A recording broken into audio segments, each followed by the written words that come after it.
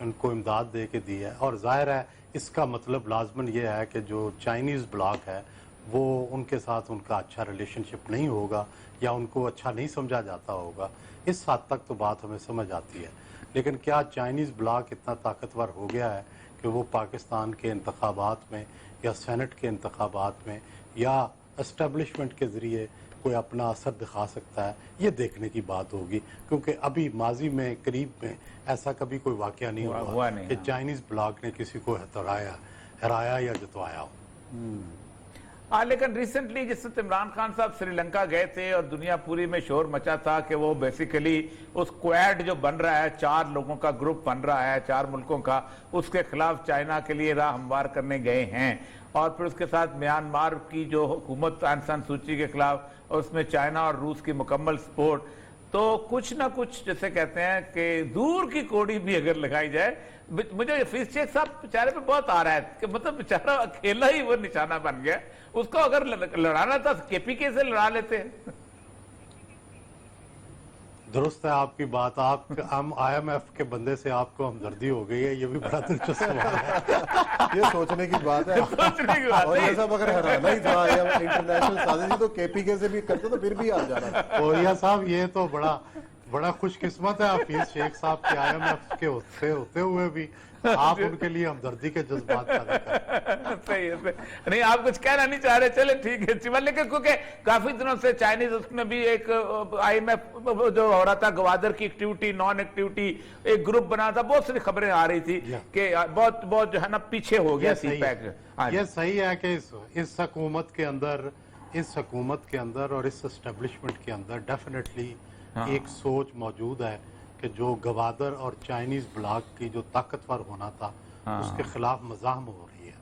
اور جو ڈیفینیٹلی گوادر اور جو سی پیک تھا اس کا کام سلو ہوا ہے، یہ تو ہمیں صاف نظر آ رہا ہے. اور اس کے بارے میں جو زور و شور سے بات کی جاتی تھی اب وہ بھی نہیں کی جاتی. اور ظاہر ہے اس کا لازمی مطلب یہی ہے کہ اس کا مطلب ہے امریکن بلاک اپنے جو ارادے تھے ان میں کامیاب ہوا ہے اور سی پیک کو پیچھے دھکیلنے میں کامیاب ہوا ہے. چلیں بہت شکریہ سہیل وڑاج صاحب، صورتحال کا تجزیہ دے رہے تھے اور کل کے انتخابات کے حوالے سے بھی بات کر رہے تھے. یہاں بریک لیتے ہیں، بریک کے بعد آئیں گے اور ایک اور اہم ایشو آپ سے ڈسکس کریں.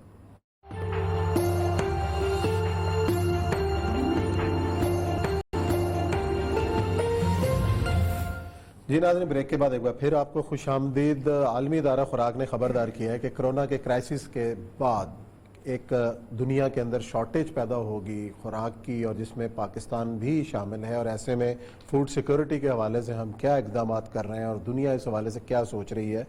ہم تو زیادہ سے زیادہ یہ کہہ رہے ہیں کہ اسکول بند کر رہے ہیں اور پھر لوگوں کو جو پڑھائی سے دور کیا جا رہا ہے. اور یہ صاحب فوڈ سیکورٹی کے حوالے سے ہم نے کوشش کی تھی فخر امام صاحب سے رابطہ ہو جائے، لیکن ظاہر ہے سینٹ کے الیکشن میں بزی ہیں، یقیناً ٹائم نہیں ہے. لیکن ہم جس سر حکومت کے اہم رہنما ہیں، کور کمیٹی کا رکن ہے. میں ایک دفعہ کو شام کے وقت اسلام آباد میں میاں بیوی دونوں کے گھر میں ہم بیٹھے ہوئے تھے، میں اور میرا ایک اور دوست ہے. تو عابدہ حسین صاحبہ تو بہت اچھا گفتگو کرتی ہیں، شب بیدار. تو باتیں کر رہی تھی تو یہ اس میں سے اپنا کیا نام ہے راکنگ چیئر پہ، تو یہ ساتھ سوئے جا رہے تھے. تو عابدہ ان کو فخر please don't be a child, تو تم نے کیا موسم 11 بجے تک جاگنا ہے، یہ کہا تم 9 بجے سو جاتے ہو. تم نے کہا سو گئے ہوں گے شاید، ہو سکتا ہے. اچھا بارہ شریف ہے، بہت نفیس آدمی، بہت بہت جلدی ان کو نیند آ جاتی. اصل مسئلہ یہ ہے عثمان صاحب کہ یہ صرف کرونا کا نہیں ہے. گزشتہ 10 سال سے اللہ تبارک و تعالیٰ جو ہے مختلف حوالوں سے اس دنیا کے اندر فوڈ شارٹیج کی صورتحال جو ہے وہ پیدا کرنے کی صورتحال پہ لے کے جا رہا تھا کہ دیکھو انسان بنو. سب سے پہلے تو آج سے تقریباً 8 سال پہلے سوائن فلو آیا، اور آپ کو پتہ ہے کہ سوائن فلو میں 5,75,000 امریکی مرے ہیں صرف. یہ کرونا کے بھی اتنے ہی ہیں، تقریباً 5,75,000 6-7 سال میں مرے ہیں، لیکن مرے ہیں 5 لاکھ H1N1 جو تھا. لیکن اس کا ایک اور ایفیکٹ ایسا ہوا ہے کہ جس کو ہم نہیں جانتے کہ تقریباً 40% جو پاپولیشن تھی سوروں کی وہ دنیا سے ختم ہو گئی. ٹھیک، اور اس سے ایک افیکٹ یہ ہوا کہ جو سور پالنے والے فارم تھے جو فلپین میں ملتے ہیں، چائنا میں ملتے ہیں، باقی جگہ پہ، ان کے اندر بھی لوگ خوفزدہ ہو گئے کہ ہم ان سے سوائن فلو نہ لے لیں۔ اس لیے 2020 کے کرونا میں آنے سے پہلے ہی چائنا میں سوروں کی جو وہ تھا وہ بڑھ چکا ہوا تھا، تقریباً 50% قیمت بڑھ چکی بھی تھی، پتہ شارٹیج تھی۔ اچھا، اس کے ساتھ ساتھ وہ کہتے یہ ہے کہ تقریباً اس وقت اس اگلے جو عرصے کے اندر دنیا پوری کے اندر تقریباً 80 کروڑ کے قریب لوگ ایسے ہو جائیں گے کہ جن کا کوئی اسے کہتے ہیں فوڈ کی صورتحال یہ ہو جائے گی کہ وہ بالکل ان کو بہت کم ملے گی، اور کچھ عرصہ بعد اگر نہ ملی تو مر جائیں گے، بالکل قحط کی صورتحال۔ اور ان میں سے جو فوڈ سیکورٹی کا جو تھریٹ ہے وہ 5 کروڑ کے قریب امریکنز کو بھی ہے، کہ جو ابھی اس وقت اتنے زیادہ نہیں ہیں ابھی، لیکن ان میں سے 1 کروڑ 70 لاکھ جو ہیں وہ تو امریکہ میں بچے ہیں کہ جو فوڈ سیکورٹی کا شکار ہوئے۔ دوسرا وہ کہتے ہیں کہ لوکسٹ آیا تھا آپ سے 2 سال پہلے، 1.5 سال پہلے، اور ایسٹ افریقہ میں آیا تھا، ٹڈی دل جس کو کہتے ہیں، ہمارے یہاں بھی آیا ہے، ہمارے یہاں بھی آیا تھا، ہمارے یہاں کم آیا ہے، لیکن افریقہ کے جو گرینز کے علاقے تھے، خصوصاً کینیا وغیرہ، یہ وہ سارے کا سارا یہ بالکل مکمل طور پہ انہوں نے وہ ختم کر دیا تھا۔ اور آج اس وقت یہ ہے کہ کینیا میں آٹے کی بوری جو ہے 3 گنا زیادہ مہنگی ہو چکی ہوئی، حالانکہ وہ گرینز کی، اور میز وہاں پر جسے کہتے ہیں دالیں والی۔ اس وقت انڈونیشیا میں جو سب سے امپورٹنٹ فوڈ ہے وہ ٹوفو ہے، یہ جیسے ہمارے راجما ہوتے ہیں نا، یہ راجما جیسے ماش کی دال سے وہ بناتے ہیں، سب سے پاپولر فوڈ ہے۔ اس کی یہ 30% جو ہے یہ اس سے زیادہ 30 سے 50% قیمت بڑھ چکی ہوئی ہے، اور یہ شارٹیج ہے۔ برازیل کے اندر ان کا ہوتا ہے ٹرٹل بینز، کالے رنگ کے کچھوے کی طرح کے بینز ہوتے ہیں، وہ تقریباً 70% قیمت اس کی بڑھ چکی ہوئی ہے۔ رشیا میں چینی کی قیمتیں، حالانکہ رشیا میں گنا بہت زیادہ ہوتا ہے، 70% زیادہ ہو چکی ہوئی ہے۔ ادھر بھی کوئی مافیا ہوگا؟ نہیں، مافیا نہیں ہے، شارٹیج۔ اچھا، چیزیں بن رہی نہیں، چیزیں پیدا نہیں ہو رہی، واٹر شارٹیج۔ اچھا، کلائمیٹک چینجز کی صورتحال یہ ہے کہ مختلف جگہوں پہ سیلاب آئے ہیں جس کو ہم نے نوٹس نہیں کیا۔ کچھ کہتے ہیں پچھلے سال جو بنگلہ دیش کا سیلاب تھا اس نے بنگلہ دیش میں اس سال کرونا کے ساتھ مل کے جو قحط کی صورتحال پیدا کیا ہے کہ ورلڈ بینک نے اور باقی اداروں نے $5 بلین جو وہ ایسوسیٹ کیے تھے لوگوں کو، نہ لوگوں کے لائف سٹائل بتا سکے، کچھ نہیں ہو سکا۔ تو لائف سٹاک بھی یہ ہے، یعنی پہلے وہ کہتے ہیں کہ جانور مرنا شروع ہوں گے، اور جانوروں کے ساتھ پھر آخر انسان جانوروں کو انسان کھانا شروع ہوں گے، اور یہ مرنا شروع ہوں گے، اور یہ ایسی صورتحال ہے، کوئی انتظام نہیں ہے۔ 110 ملک اس کے ورچ کے اوپر ہیں، اور سب سے بڑی بات یہ ہے کہ 10 کمپنیاں ہیں دنیا کے اندر جن کے پاس یہ گندم، یہ دالیں، یہ چنا، یہ چاول، یہ ذخیرہ میں ہیں، اور وہ صرف ان کو دیں گی اس وقت، اور لگتا ہے وہی دجال کہ جس کو چاہے گا وہ کھانا دے گا۔ چلے یہ تو صورتحال ہے کہ جس پہ، اور یہ 2021 کی بات ہے، اگلا جو آگے 8-9 مہینے آ رہے ہیں، 8 مہینے ہیں۔ دوسرا جو اب ہم اپنی بات کریں کہ تعلیم کا جو حال ہم نے کیا اس کرونا کے چکر کے اندر، کہ سب سے پہلا جو ہے نا کلاڑا ہم تعلیمی ادارے بند کر، ہر چیز چلے گی، ہاں تعلیمی ادارے بند، بازار چلیں گے، مزار چلیں گے، علاقے چلیں گے، ہر چیز چلے گی، بچہ اکٹھا ہے نا۔ اچھا، سب سے بڑی بات ہے کہ بچوں کا امیونٹی لیول سب سے ہائی ہوتا ہے، لیکن نہیں وہ تعلیم، کیوں صاحب تعلیم دشمنی تو ہے نا ہماری۔ میں آپ کو ایک بات بتاؤں، یہ مشورہ اقتدار نے بھٹو کو دیا تھا کسی نے، ہم اس کے وکٹم ہوئے تھے۔ 1975 میں ہم نے BA کیا، تو بھٹو کو کسی نے کہا کہ 1 سال داخلہ نہ کرو یونیورسٹی میں، اچھا، اس لیے کہ جب 1 سال داخلہ نہیں ہوگا تو 1 سال کے لوگ باہر نہیں آئیں گے، تو اتنے انڈر گریجویٹ نہیں ہوں گے، تو ان امپلائمنٹ نہیں ہوگا۔ یہ عجیب شتر مرغ والا کام ہے نا۔ ان کو بھی شاید کسی نے کہا ہوگا کہ 1 سال 2 سال تم رہنے دو، اتنے لوگ پڑھیں گے نہیں تو اتنے لوگ نوکریوں کے لیے نہیں آئیں گے، تو 1 کروڑ کتنی نوکری دینی تھی انہوں نے؟ 1 کروڑ نوکریاں نہیں مانگیں گے لوگ، یہ چیزیں۔ اب یہ وہ مافیا ہے، صورتحال ہے کہ جس میں ہر کام جائز ہے، آپ کی کیبنٹ کی میٹنگ جائے، اور یہ آپ دیکھیں، آپ کبھی جا کے ملیں ان کو، جا کے کیبنٹ میں جا کے باقی وزیروں سے ملے، یہ صرف فوٹو شوٹ کے لیے ماسک لگاتے ہیں، ورنہ آپ کو کوئی ماسک لگاتا ہوا نظر آئے گا بھی؟ میں سیکریٹریٹ میں گیا ہوں، کوئی نظر نہیں مجھے آیا، صرف کیمرے کے وقت ایک دم جیسے عورتیں ہوتی ہیں نقاب فوراً پہن لیتی ہیں، مطلب گھونگھٹ نکالنا ہوتا ہے نا، سیاں جی کا کہنا ہے مانو کہ وہ گھونگھٹ بھی پہن لیتے ہیں ایک دم جب وہ کیمرہ آتا ہے کہ یار تصویر کہیں اس طرح نے، ورنہ یہ بالکل کوئی احتیاط نہیں ہو رہی. اس کے بعد اللہ تعالیٰ نے کرم کیا ہوا ہے بھائی، بہت کم ہمارے ہاں وہ لیول نہیں ہے کہ جو لیول اس طرح. اور اب تو یورپ میں یہ چیزیں کھل گئی ہیں، سارا کچھ ہر چیز اس طرح کے وہاں اسکول لوگ پڑھانا شروع ہو گئے. اور کل میں ایک ڈاکٹر صاحب کے ساتھ بیٹھا ہوا تھا، وہ کہہ رہا تھا کہ جب سے یہ آن لائن کلاسز شروع ہوئی ہیں، پیڈیاٹریشنز ہیں وہ، اور وہ کہہ رہے تھے کہ ہمارے پاس بچوں کی آنکھوں کے کیسز بڑھتے چلے جا رہے ہیں، آئی سائٹس کمزور ہو، آئی سائٹس کا آنکھوں کے اسکوینٹ ہونے کے کیسز بڑھتے چلے جا رہے ہیں.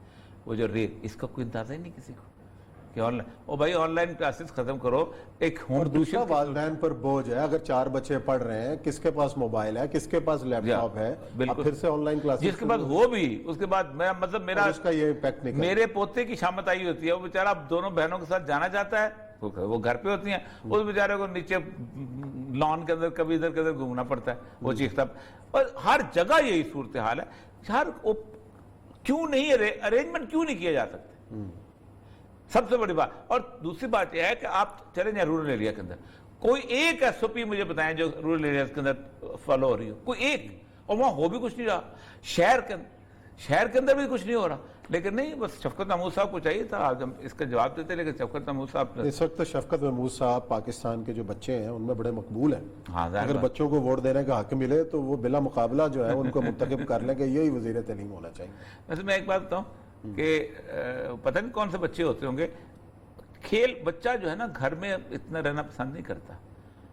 آپ دیکھ لیجئے گا، اب تو اسکول میں وہ پڑھائی پسند کرتا یا نہ ہو، گھر سے نکلنا ضرور پسند کرتا ہے.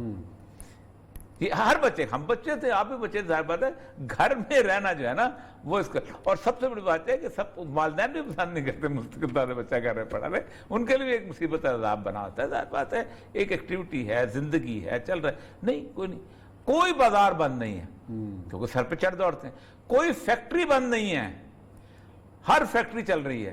اسکول بند ہے. جی چلیں جی ناظرین، پروگرام کا وقت ختم ہوا. انشاءاللہ پیر کو نئے موضوعات کے ساتھ خدمت میں حاضر ہوں گے. اپنا خیال رکھیے. اللہ حافظ.